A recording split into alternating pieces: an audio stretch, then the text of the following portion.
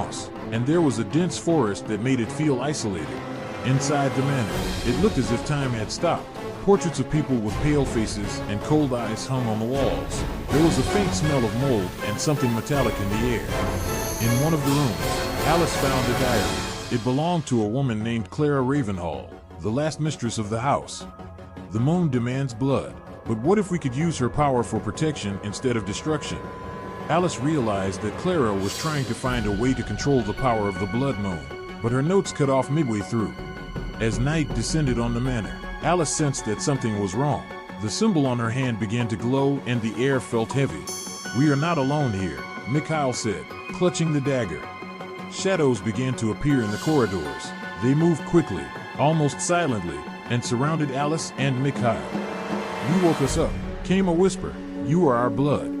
Alice felt the same power awaken inside her that she had used in the church. She raised her hand, and light burst from the symbol, pushing away the shadows. "They want you," Mikhail said. "They know who you are."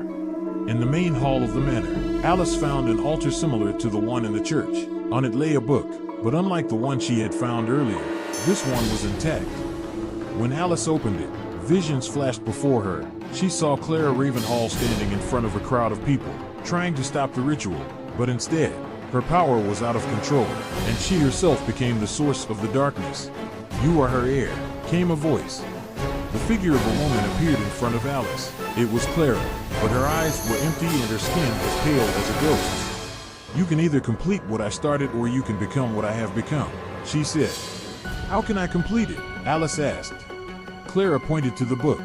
"You must absorb their power. You must become their end."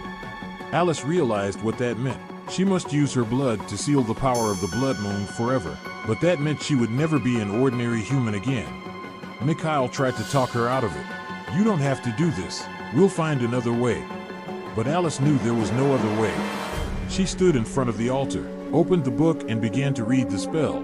The symbol on her hand glowed so brightly that the room was filled with blinding light. The shadows began to scream and disappear.